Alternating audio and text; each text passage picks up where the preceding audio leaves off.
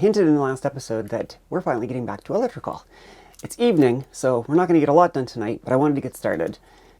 These belong to a new inverter charger I found at... There's a chandlery in Annapolis that's kind of famous called Bacon Sales.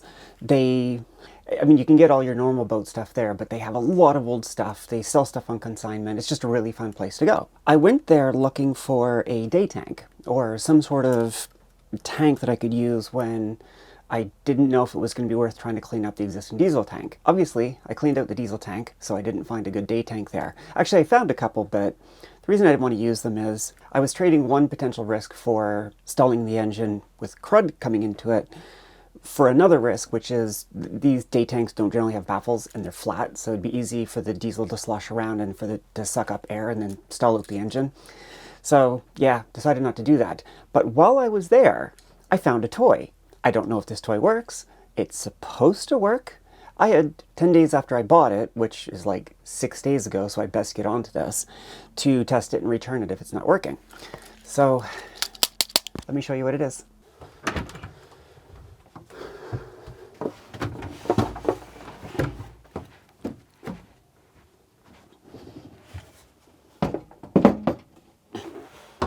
Try not to scratch everything up here. It's a Victron Multiplus Compact 2080.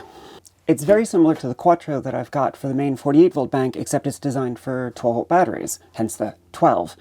It does 2000 VA, which, if my memory is serving me, is like 1650 watts at 25 degrees Celsius continuous and 1450 at 45 degrees Celsius, which is a lot. I originally had no intention of putting an inverter on the 12-volt bank because the 12-volt bank was meant to be the emergency bilge pump, the radios, and all of that stuff. That was back before I decided to sail the boat home instead of trucking it home. Now that I'm sailing it home, I kind of need 120 volt. I mean, I don't need it, but I would really like it. The boat came with a Heart Interface Freedom 10, I think it was. The company's long out of business. I was having a really hard time finding manuals for it. When I did find something, no surprise, it had no understanding about lithium iron phosphate batteries. So I was really kind of struggling, like, how was I going to do this? I got the old charger, I got the old inverter, no real documentation on any of it, and none of it was going to support lithium iron phosphate. I had the plan with the little charger that I bought. Originally the plan was that I was going to charge that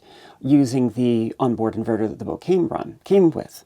But that only is 1,000 watts, which isn't a whole lot to charge a big lithium bank. Also, having done all the engine work, the hoses that were going to take the waste heat off the engine to heat up the hot water, they were in really bad shape, and that hose is extremely expensive. So I wasn't really keen to replace those hoses.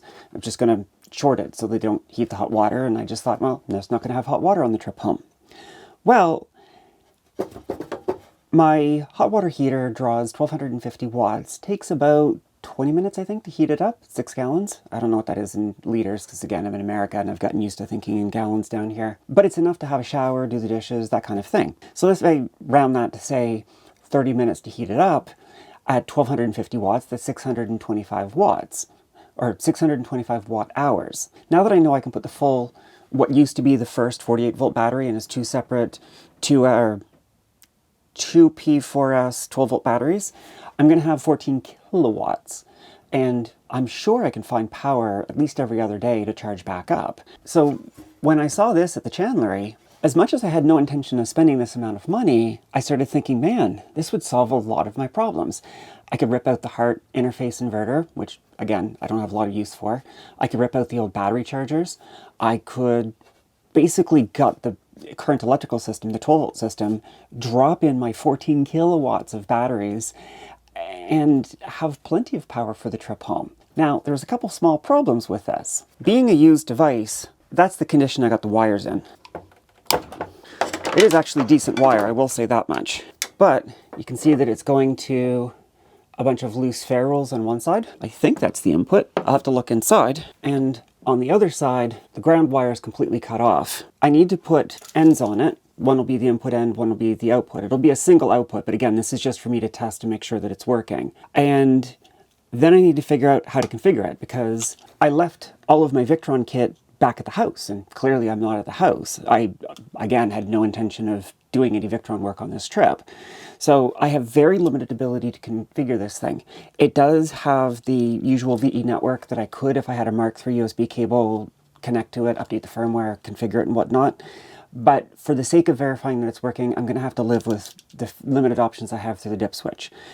Now, I also don't have a 12-volt battery, or rather, I do. I don't have my lithium iron phosphate 12-volt batteries here, but I do have the 3 AGM batteries that came with the boat. I don't know what condition those are in, but from what I was reading online before I started this video, this won't turn on unless there's a 12-volt battery connected to it. So probably not tonight. Tonight I'm just going to get things ready. But hopefully tomorrow after work, I can pull one of the AGM batteries out, figure out if I've got the right wires to connect this, and see if we can actually turn it on. I don't really care about charging the AGM batteries because they're going to be ripped out before I leave. And the only real charger I need is for the starter battery, which, looking at the voltages needed for AGM, and I don't know yet whether my starter battery is lead acid or AGM, I have to rip it, or I have to jump into it. But if the starter battery is lead acid and the voltage is incorrect, then that little charger that I bought originally to charge lithium iron phosphate, I can use that to charge the starter battery off this thing. If I even need to do that, I may just let it recharge up off the alternator when I'm actually underway. I'm going to stop yammering and start working. Minding the weird lighting and camera setup, I'm still experimenting with how to film on a small boat. Shadows actually aren't too bad here. All right, I did open this before I started filming to see what was inside, and but I just, yep, nothing looked physically damaged and closed it back up. One of the screws are missing as well, but I'm sure I can find one of those at some point. One of the things I noticed was that there's no specific setting, at least not with the dip switches, to say this supports lithium. But on the Victron website, it does say that it supports lithium, and I can set the voltage to, what was it, 3.65 times 4, 14 point something volts? 14.6, which I believe is the right voltage for charging AGM as well. I can probably leave the lithium on it. I don't need to use this to completely charge up or manage the AGM, so for a short period of just making sure the charging and inverting is working, it'll be fine. It's so wee and cute compared to the Quattro. So you got a great big frickin' coil here, like a massive coil here. Oh, this is a true sine wave inverter, which is, as with all the Victron inverters, it's a true sine wave. Well, very close. It's close enough to a true sine wave that devices that need true sine wave will work, which is fantastic because the heart interface is a modified sine wave. So this is already much higher quality. I don't know why the previous owner stopped using this. Being a 2000 VA, maybe it just wasn't enough for them. I'm optimistic that it's not actually damaged. All right, ACN is this one. That's ACN, so let's terminate it right away. Hopefully I can reuse the Ferrules that are already on it. I also mentioned that I got lights. Those will be going in shortly as well, but hopefully tomorrow. The weather's looking really good tomorrow. So long as work doesn't blow up on me, I can get that done. Okay, this is, how do I get this open? Okay, well the parts are falling off. That's going to make it easier to get it open. I think maybe the face pulls off. This is different from most of them I used. They had the cheap plastic ones which were like $1.50 less compared to these metal ones. Oh, you'll also notice I got the 20 amp versions. The reason I did that is because I planned to plug this into the quarter berth where I had the the air conditioner set up, which is a 20 amp circuit, if you recall from when we did that little upgrade. Oh, neat. That's how it connects a ground to the outer chassis. It's just a little folded piece of copper or brass, whatever it is. Ah, it will work with Ferrules, but first, there's this wire protection. How do I get this off? The whole plastic liner is spinning. These flip out? How does this work? Oh, the rubber insert comes out. I see. Now this comes out. Okay, that's a lot of wire for this. You know what? I'm not going to worry about that because the point here is to just see that it works. Yeah, if I actually keep these wires, I'm going to redo these. Feels like really nice wire though, so I hope I can keep it. Okay. Brown is hot, blue is neutral. I don't know if that grounding ferrule is long enough. I'll do a continuity test when I'm done to make sure. The goal is just to make sure this works at all while I'm still within my return period. These retail in the US for, I think, 1,200 bucks, give or take. The asking price was 500 bucks, as you can probably see down here if the camera can see it. And I was humming and hawing about it, and the guy at Bacon Sales says, well, if you want, we can email the seller and see if he'll take a lower price. The reason I was humming and hawing is that $500 is a good price, but is it worth the convenience for the trip home? And I decided, yeah, you know, give him an offer for 500 bucks. You know, doesn't take it, he doesn't take it.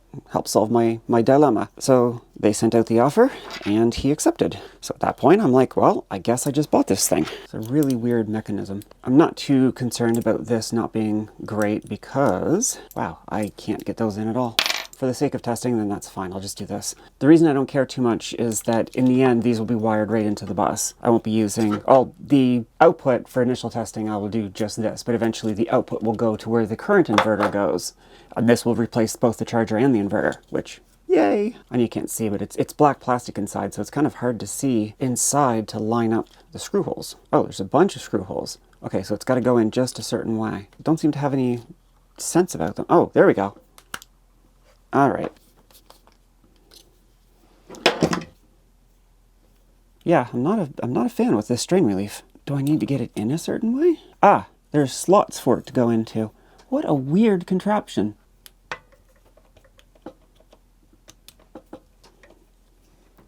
Okay, well, now that that one's in, I'm probably gonna have a really hard time getting this one in. Suppose I probably had to do this before I screwed this down. Somewhere an electrician is watching this going, you dum-dum. You're supposed to do it this way. And I would say to them, I am. It's okay. There we go. Now I drop this rubber in. Now I fight to line this up again. Oh, gosh darn it. Okay, maybe I should have bought the cheaper plastic ones. This is silly. There's the positive done. I will tone it out to make sure that it's connected properly. Now I will put the output female side on. Oh, I'm gonna have to cut this one because that is disconnected. Actually, if that's the output ground, why would they have cut that off? Does it really matter? For the sake of a test, that is? Yes, it does. On camera hit the, you've been recording for too long, I'm gonna turn you off now. Okay, for testing, I don't really need the ground, but I really don't like the idea of having the ground disconnected. So I'm gonna go find my ferrules and fix that. Ah, second last package I looked in. So after the last video, I had a couple of odd comments that I thought were odd at the time that I hadn't heard come up before. One of them was, well, listen, if you're not sure about your engine, why don't you just stick an outboard on the back of your boat and use that to get home? And I thought, huh? That's a silly idea. And then I looked into it. No, it's not. Actually, a lot of sailboats use outboards as their auxiliary power, which, neat. I don't have any way to mount it, and it would be a big job to mount one, and I would still need about a 30 horsepower outboard, which would be really expensive. So yes, I could sell it afterwards, but then I'd be buying a used engine because I don't have the money to buy a new engine. So I'd just be trading a set of known issues for a set of unknown issues. That didn't seem to make any sense to me, but yeah, it's not as weird of an idea as I thought it was at first. So thank you for suggesting that, even if it doesn't apply. The second one that came up, it has come up before rarely, but it was weird that it came up like 2 or 3 times in the last one. And that was, why didn't you tow floating solar panels behind your boat? First of all, I actually had thought of that, and I thought it was really silly that I thought of it. So I'm kind of glad that other people thought of it. It makes me feel a bit weird, or a bit less weird about thinking about something that I thought was silly and stupid. Oh, that's a fuse. Neat. There's a few problems with that idea. One is it would make docking in a marina very difficult. And I just couldn't. I'd have to take the panels up and collapse whatever because I have to back into my slip. It's just a pain in the butt.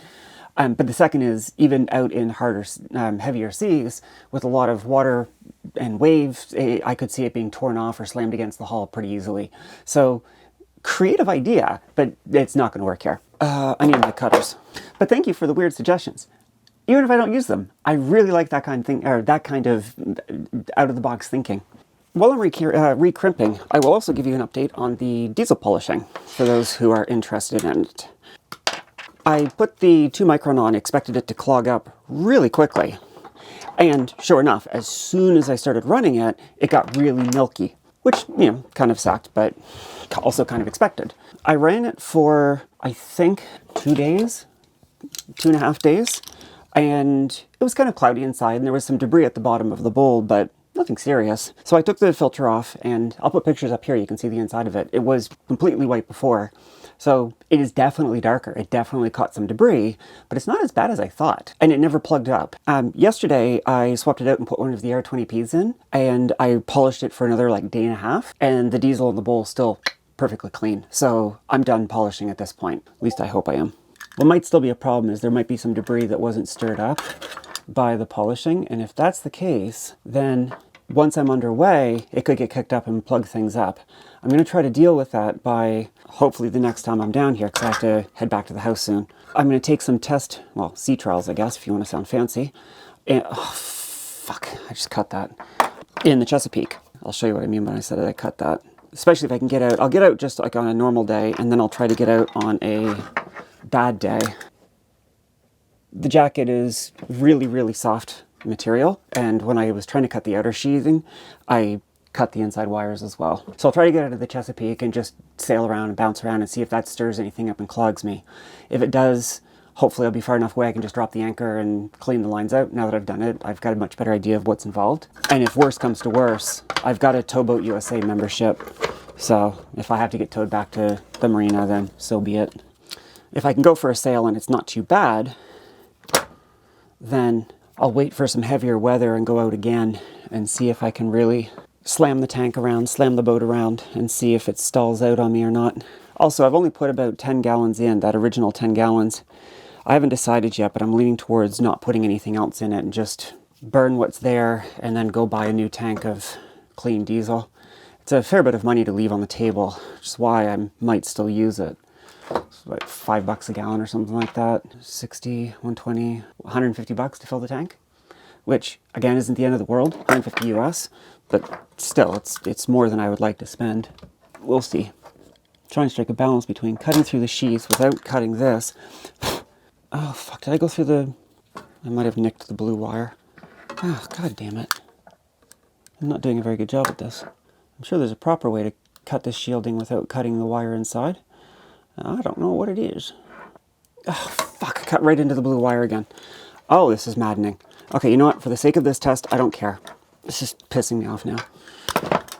Oh, is that a draw wire or a draw cord that you pull on to rip it? No. Okay. How much damage did I do to that blue wire?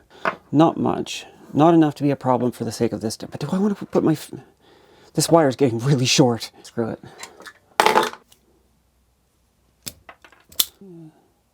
There's very little copper exposed and it's on the outside. For the sake of this test, that's fine.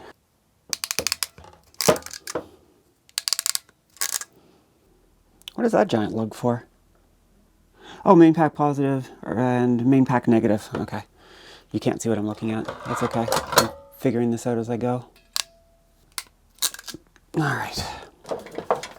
Not entirely sure I've got something that will let me connect to the old style battery, but if not, I can run out tomorrow and try to find something. Brown was hot and blue was neutral. Yeah, blue is neutral. Neutral is horizontal, so that's neutral. Actually, I can also tell by looking at the color of the screws. The silver's neutral and the brass/bronze, whatever it is hot.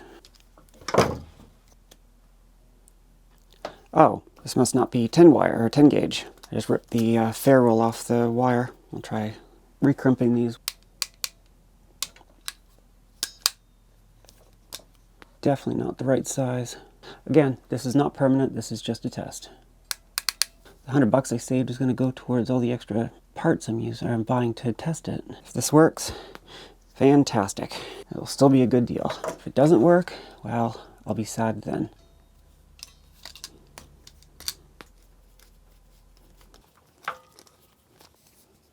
There's a slot there.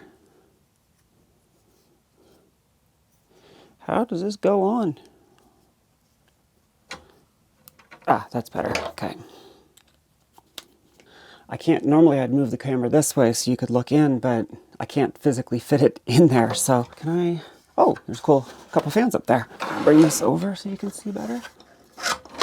Ah, there we go. Now you can see. Let's do the output first. I trust that I can get my... No, I'm not going to be able to get those in there. I'm going to go find my other meter. The problem was I was going to use this, but everything except for the tip is insulated. My normal meter has long probes, so I can actually jam them down in here. So let's do ground for, oh.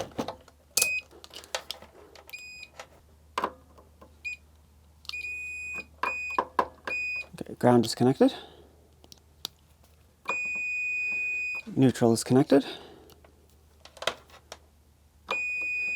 Hot is connected. So the output is good. The input now. Ground is good. Hot and neutral. Okay, those are connected nicely. Now, I don't know how I'm going to do the battery lugs. I've got my 4 gauge. I'm not running this anywhere close to full power. I can't. So the 4 gauge I think is limited to like technically 100 amps. I don't know exactly what the number is, but the point is I'm not going to come anywhere close to that with this. I'm pretty sure I've got ring terminals that will go in here. Let me see if that's the case.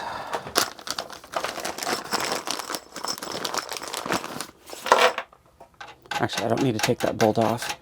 I just want to see if this is the right size. Perfect. Okay, so these will give me the connections to the Multiplus. I may end up using red wires for both positive and negative, and I'll just put some electrical tape around the negative, simply because I don't think I have any black wire left. I also don't know if I have the right ring terminals to go on to the AGM batteries. So, key thing is, I think I've done as much as I can for now. I'm going to put this back together. Ooh, that's bent and almost broken. That's not good. This metal plate might snap off. Okay, well, I wonder if I could buy a replacement if that happens. Anyways, at this point I've done as much as I can, so I'm going to reassemble this, and tomorrow I'm going to figure out what I'm going to do about pulling off one of the AGMs and using that to connect to this. So, for you, I had hoped to start doing this during the day, but then life blew up at work. So, it's another nighttime Harsh Shadows video. I'm about to pull the batteries from the quarter berth. I don't know how good you're going to be able to see this, how well you're going to be able to see this, but let's do our best. All right. I need access to the bottom, not the top. Okay, this breaker is off. I'll leave that disconnected. This bottom plate here is really close to breaking off, so I don't want to open it if I can. I'm going to try to run the positive and negative through here and just open up the top one. Oh, also, I said yesterday that I didn't have any black wire left. I lied. I have some black wire left. So I'm going to make the red wire match that. And this has screw terminals, so I can use my normal ring lugs. So I won't have any problems using this. This is the last battery in the chain. It's all in parallel, but physically the furthest away. So I'm going to disconnect it from here and then here and do the same thing for the negative and try to pull this. What kind of battery is it anyways? Deca Dominator. Oh, Dominator! Gel Extreme Deep Cycle. Whatever that means. Where's the specs? Ah, here we go. 98 amp hour. 550 cold cranking amps, 780 marine cranking amps. Sweet. And it was made, I think, in 2017 or something like that. Anyways, let's pull it out. So much to do. So much to do. And I'm looking forward to doing all of it. Oh my gosh, is that ever dark now? Can I flip this off? There we go. Okay.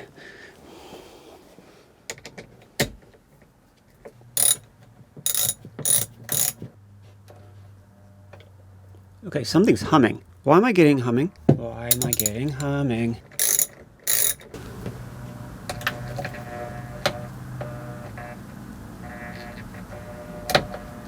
Okay, I'm getting humming and that's making me very nervous.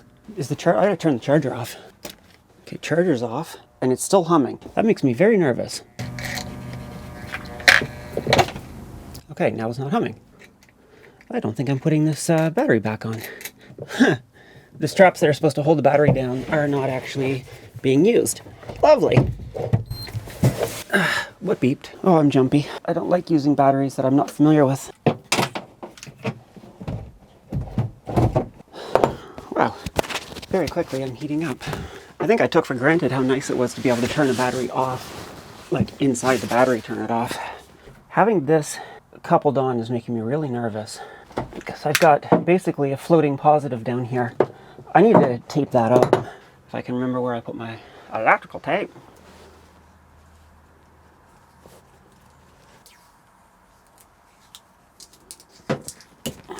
There.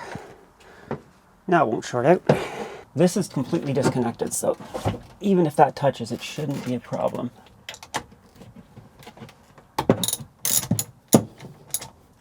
Okay, these covers are really stupid.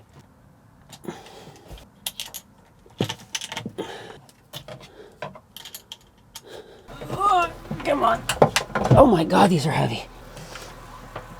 Oh, how are people supposed to lift these up? Man, there's lots of space in there. 717. It is now 223. So 5.5 years. That's actually not too bad. This is probably one of the newer ones, I'm guessing. How am I supposed to lift this up?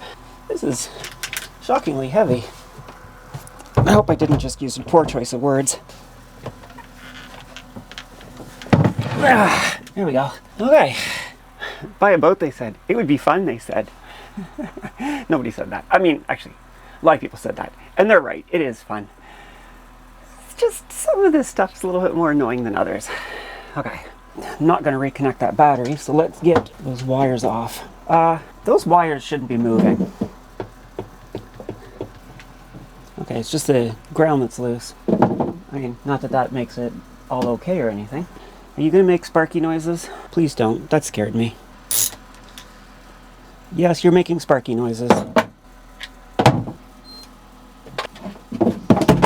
Whoops. Sorry about that.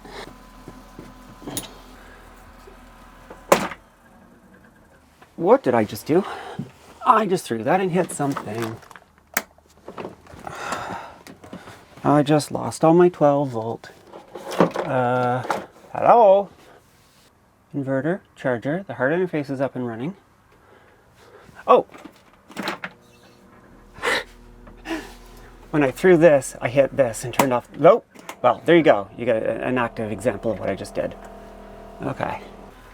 Disaster averted. So somebody at some point found these things as annoying as I did and actually cut this one off. If I was keeping these batteries, I would do the same thing. This is going to make the scary buzzing noises again, aren't you? Okay. There's the scary buzzing. Get that off. That off. The small thing shouldn't, or the small spade should not have been under the main lug, according to ABYC, so that was not to standard. And also, these should have washers on them. Oh well. Got another one of these weird meters removed, and got the other paralleling cable removed. So now at this point, that battery is completely out of the system. I have no free dangling wires. I'm going to put the cover back. So let's get the voltage of this battery, see what state it's in. I don't know if you can see that, but I'll read it out. 13.24. Now, are these the right size ring terminals? They are. Okay. And I have enough of these. Are these the same length? No, they're not. They're close though. So I'm going to cut these to be the same length. Okay. There's my positive and negative. And a wee bit of red left over. Not sure what I'll use that for, but I'm sure it will come in handy. You've seen me make a lot of cables, so I'm just going to go make these, and then I'll be right back. Cables made. Probably longer than they need to be, but they'll do the job. I intentionally left them long because that means they're more likely to be useful in the future. Oh, my pants are ripping, the cushions are ripping, everything is ripping. This is a bit closer, so if I drop a screw, it's not falling in the bilge. One of the things I need to do is, there's a set of jumper switches there. Because I don't have the VE Connect cable, I can't use that to configure the thing. So I have relatively limited configuration options. I need to figure out what are the appropriate dip switches for a gel battery. And for that, I want default setting. Oh, I see. Dip switch 1 is off, dip switch 2 is on for the default. If I do on-off, reversing it, this setting was required when the multi-control panel or VE bus BMS is connected. It is not. For remote operation with a 3-way switch is off-off. That's not what I want. The default of 1 is off, 2 is on, which I believe is what it currently is. Okay, I'll run back and I'll set that first. So I want 1 is on and 2 is off. So currently 1 is off and 2 is on, and all the others are off. Boat yoga. 1 is on, 2 is off. Okay. So now I come down to this table. So off sets the absorption voltage at 14.4, the float voltage at 13.8, and the storage at 13.2. And it's suitable for gel Victron deep discharge, which is what I have. It's not a Victron, but it's a gel. Gel Victron long life, OPZV, gel oxide. Oh, 1438. What is the proper charge voltage for a gel battery? I'm going to put you right here. I don't know if you're going to be able to see what I'm doing, but I need both my hands. 70 pounds! Yeah, that seems right for how heavy it was to lift it up. The peak charging voltage for gel batteries is 14.1 or 14.4. I don't know which one mine is. Practical Sailor. What does Practical Sailor say? No more than 14.1 volts. I'd rather err on the side of caution and put too little voltage into them.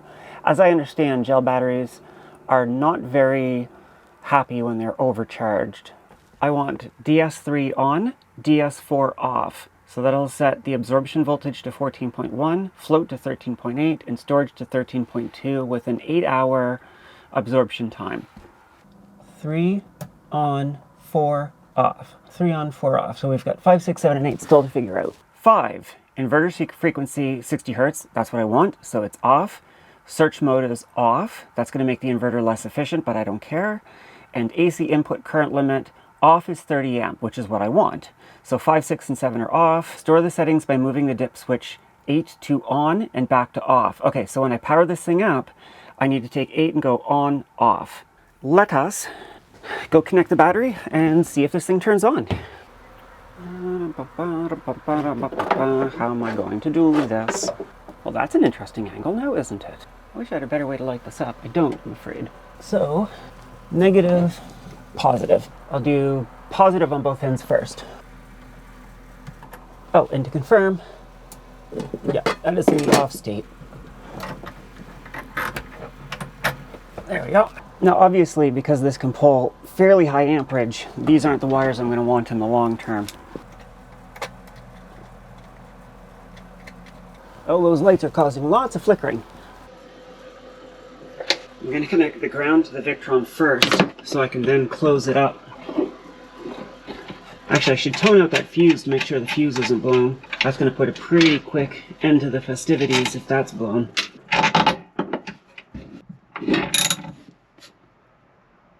I love my Canon. I really do. It's a great camera. But it's like, I've got 2 bars of battery left. Oh, look at that, I'm dead. So if the audio suddenly goes to shitty GoPro and then comes back again, that's why.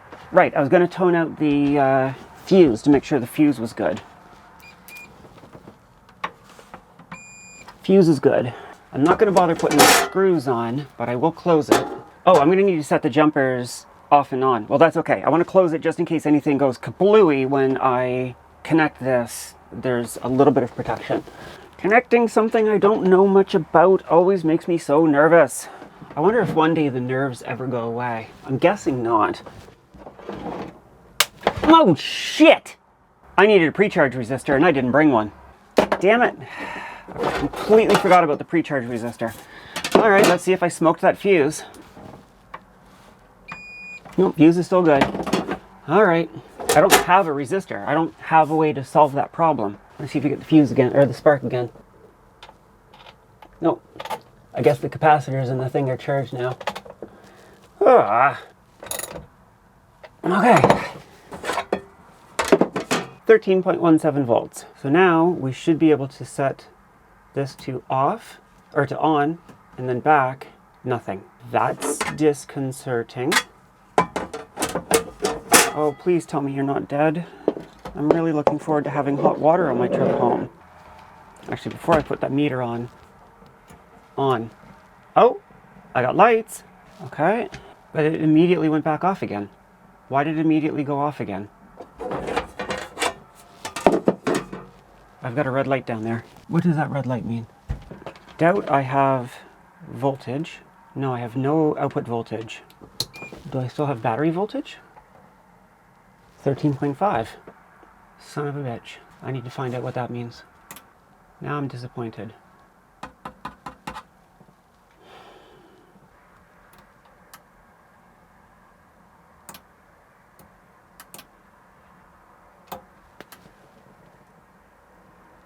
This light comes on and then immediately the whole thing shuts down. Disappointing. All right, well.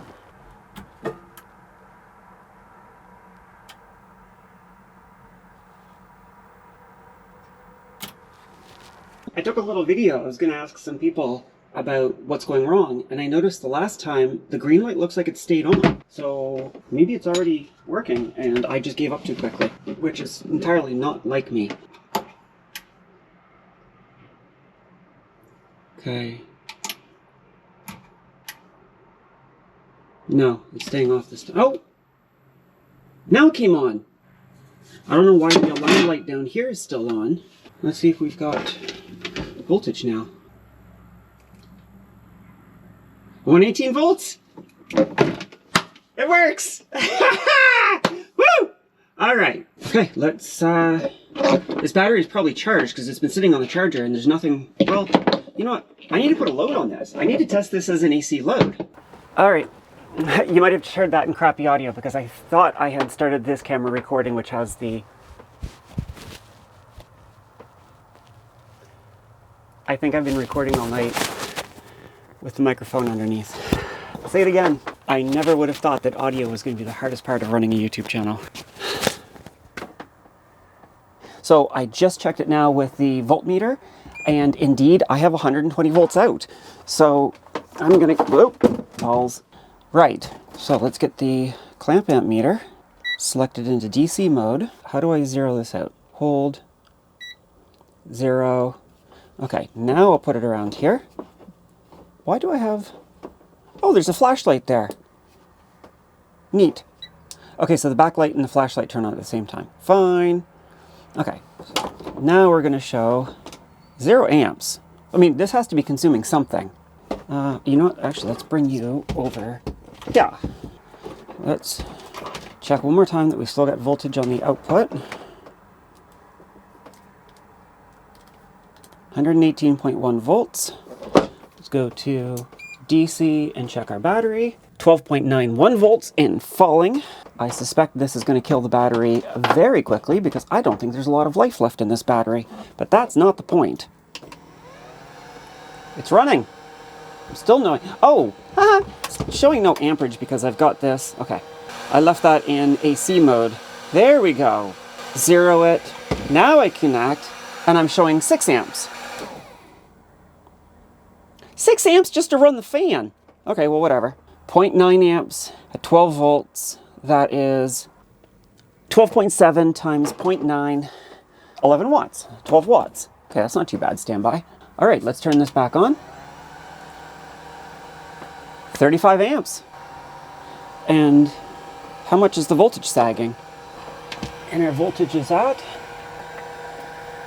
11.99, 11.92, 11.99. So we're hovering right around exactly 12 volts, pulling 37, 35 amps. It's working! Let's turn this off. That drops to 6 amps. Let's plug in. Good enough. Oh, you know what I want to do now? Save these settings, which now should be the bottom, off, or on, off. And it's flashing. So it saved it. Okay, let us plug this into mains, turn on the breaker. It's going to try to pull 30 amps to charge this up. I can't limit it any lower than that with the dip switches. It was 30 or 50. So there's a very good chance very quickly after I turn on this breaker, it's going to pop the breaker. So I'm going to leave you here watching this, and I'm going to go turn on the breaker, and it may only run for a second, but that's okay. It'll be long enough to see how much amps are coming out of it. Okay, nothing yet. Oh, right, because it's in inverter only. Oh, no, it's in both. Why is the charger not coming on? Oh, there it goes. Charger. And we're seeing 10 amps, 11 amps. Okay, and what's the voltage? 14.14. All right. I'm still not sure why that air light is on, but it's doing all of the things. I don't smell anything. Nothing seems to be getting warm. Ladies and gents and others, we have an inverter charger for the 12 volt system. What this means now is I can bring my lithiums on my next trip. So this inverter charger is going to be coming home with me, and we will be integrating it into the rest of the Victron system when we rebuild the 12 volt batteries to 1120 amp hours of 12 volt batteries, 14 kilowatts. on top of the 86 for the propulsion and house bank. This was a good find. I was almost disappointed. I was almost sad. I don't care about almost, because now I'm happy. I'm the Digital Mermaid. See you next time.